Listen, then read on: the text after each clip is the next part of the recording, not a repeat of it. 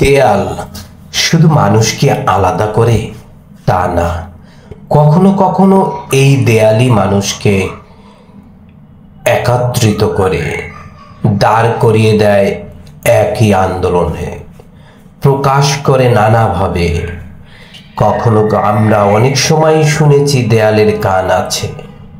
হ্যাঁ, দেয়ালের যেমন কান আছে তেমনি দেয়ালের ভাষা প্রকাশেরও অবস্থা আছে। সম্প্রতি আন্দোলনে দেয়াল লিখন হয়েছে। ঢাকার শহরে আনাচে কানাচে যত দেয়াল আছে কিছু না কিছু দেখাই যায়। তো আমরা অনেক সময় মনে করি এই দেয়ালগুলো কেন এত রঙিন করতেছে, এত লিখতেছে, এটা কি কেউ দেখে?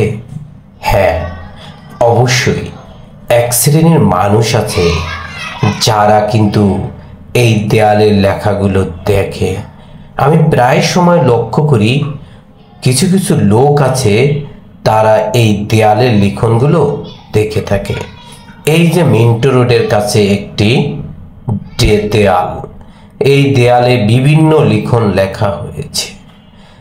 এই যে বিভিন্ন লিখন লেখা হয়েছে তা বিভিন্ন সময় মানুষ এখান দিয়ে যখন যাতায়াত করে কাউকে কাউকে দেখা যায় দাঁড়িয়ে দাঁড়িয়ে সে লেখাগুলো দেখছে।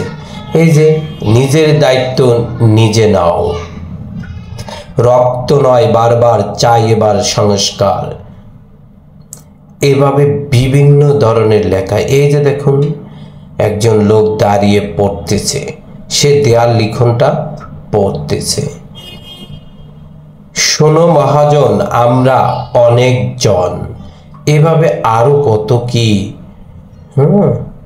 অনেক কিছু। চেয়েছিলাম স্বাধীনতা, এরপর আবার এই যে দেখেন বিভিন্ন ন্যায়ের সাথে জনতা,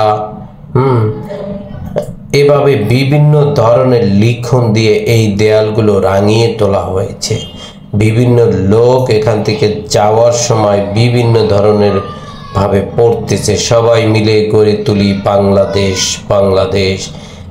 এভাবে অনেক অনেক লেখা, সারা দেয়াল জুড়ে শুধু লেখা আর লেখা।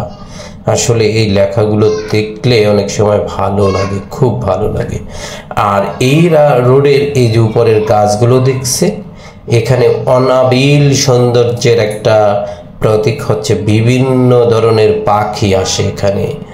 হ্যাঁ, এখানে পানকৌড়ি আসে, এখানে অনেক অনেক পানকৌড়ি আসে। কোথা থেকে আসে কে জানে, কিন্তু খুব সুন্দর।